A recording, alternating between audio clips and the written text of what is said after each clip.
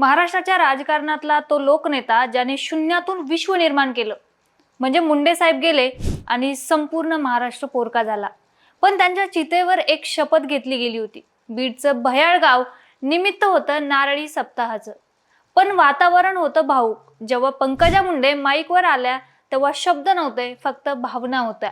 माझ्या कातड्याचे जोडे केले तरी तुमचे उपकार फिटणार नाहीत, असं त्या का म्हणाल्या? काय होती ती चितेवरची शपथ, जाणून घेऊया व्हिडिओच्या माध्यमातून। नमस्कार, मी पूजा आणि तुम्ही बघताय सत्य पे सत्ता, म्हणजे थोडक्यात पण महत्त्वाचं। खरं तर गोपीनाथ मुंडे साहेब म्हणजे एक नाव नव्हतं, ते होते ऊसतोड कामगारांचा आवाज, वंचितांचा आधार। ज्या काळात बीड, लातूर, धाराशिव मध्ये राजकारण फक्त ठराविक घराण्यांभोवती फिरायचं, त्या काळात लोकनेता ही पदवी मुंडे साहेबांनी संकष्टाने मिळवली होती। पंकजाताईंनी लहानपणापासूनच हेच पाहिलं होतं।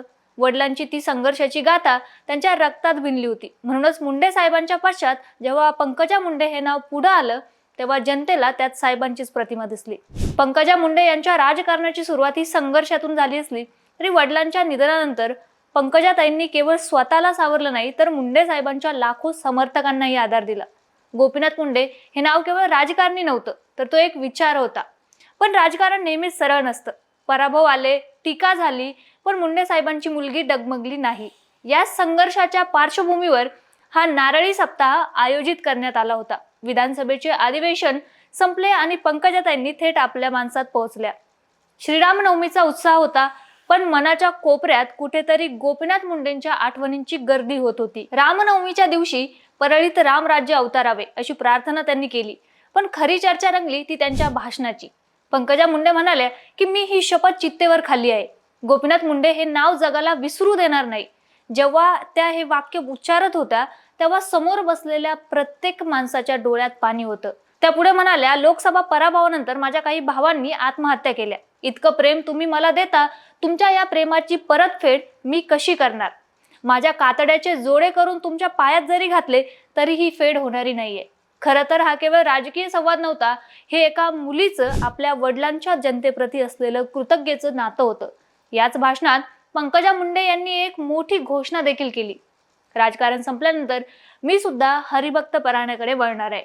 सत्तेच्या स्पर्धेत राहण्यापेक्षा भक्तीच्या आणि सेवेच्या मार्गाने जाण्याची त्यांची इच्छा ही बरंच काही सांगून जाते।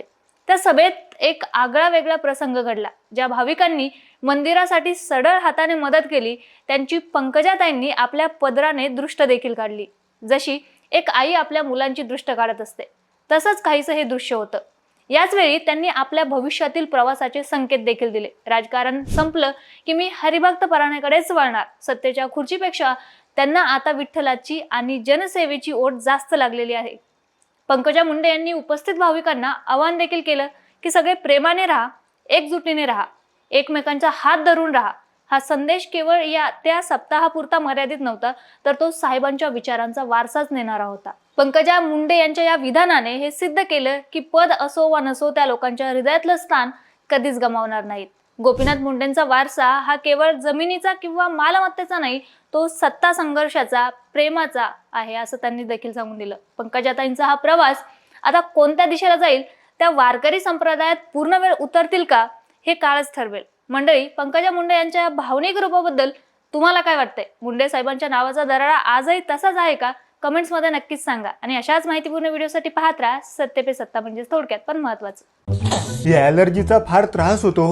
रोजची सर्दी, शिंका, डोळ्यांची जळजळ, नाकातून पाणी, काहीतरी उपाय सांगा हो। डॉक्टर चाटेज होमिओपॅथी क्लिनिक, लगेच भेट, उपचार सुरू कर, महिन्याभरात फरक पडेल। अच्छा, सत्य। संपर्क 9595727107